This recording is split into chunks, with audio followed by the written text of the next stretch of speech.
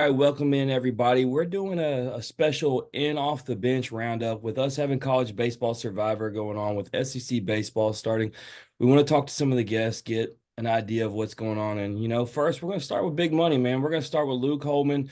Got to see him this weekend in Starkville. Unfortunately, things did not go the way we hoped for, but man, it says a lot, Luke, when you have the opposing fan base, me knowing a lot of the Starkville people, they were scared of you, man. But clearly the guys wearing maroon were not just the fan base, and that speaks to baseball, right? Man, it can be a humbling game. You were riding a serious high, and then you had your first hiccup of the season, but you're not new to this game. You're not new to this, level of competition. So it's not anything that surprised you. So thank you for joining us today, Luke, and just talk about, how you bounce back from, your first, like I said, bump in the road this season. Yeah. I'd say baseball is a game of failure and struggle, and it's you don't completely fail till you give up. So this whole week has been it's going to be a really hard working week for me and the team, and we're just get together and just keep going. It's a long season, so keep doing the same thing, keep my routine, keep all the work in and all that.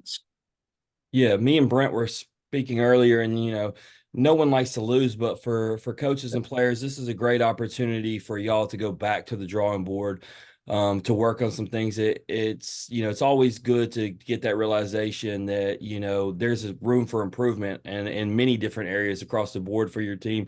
So a week to grind, especially with Florida on deck.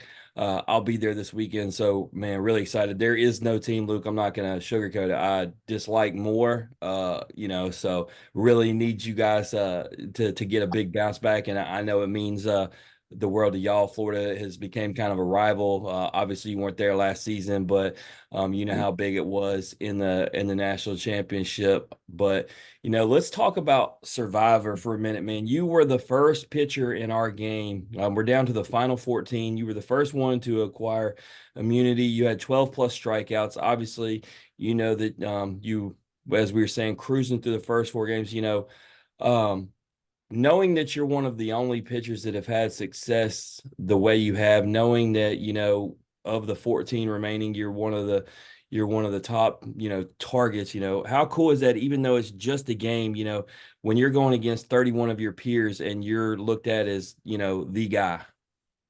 I'd say it's pretty cool, each week, and I'm trying to do the same thing every week. Put up zeros for my team and win games. So it's cool to see wanting to do that, to get all these extra things and all that. So I want to keep going, and the longer I survive, I'd say, then we're winning. So Yeah, I mean, I know that it's not, the biggest prize pool in the world. There is money involved. There are trophies, there are custom shoes and t-shirt line, all that.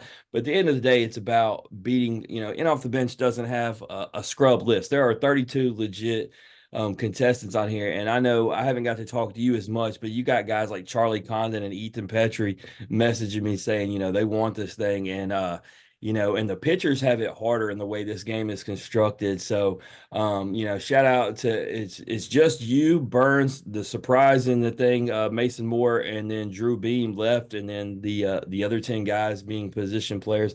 So it's really cool. Daniel used his third pick in the draft on you for the Memphis City Design Tribe. So shout out to him for saying you were that guy, you were going to be clutch. And so look forward to you bouncing back, and I'll end with this because I don't want to take too much of your time. You do have Florida on deck. You are a guy who pitched at Alabama.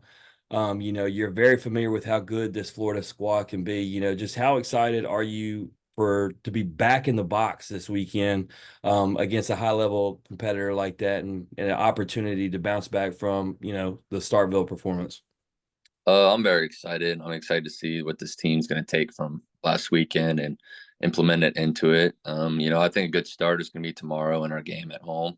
We'll see, try to get things out like going there and bring momentum into the weekend. So, Yeah, man, no doubt. Well, like I said, I will be there. I look forward to the best from all you guys. We got Justin Lower on our episode tonight. Look forward to talking to him and just talking to what he's been able to learn from being around you guys. That's one of the cool parts, man. Y'all got a lot of moving pieces, and that's the other thing of the thing, right?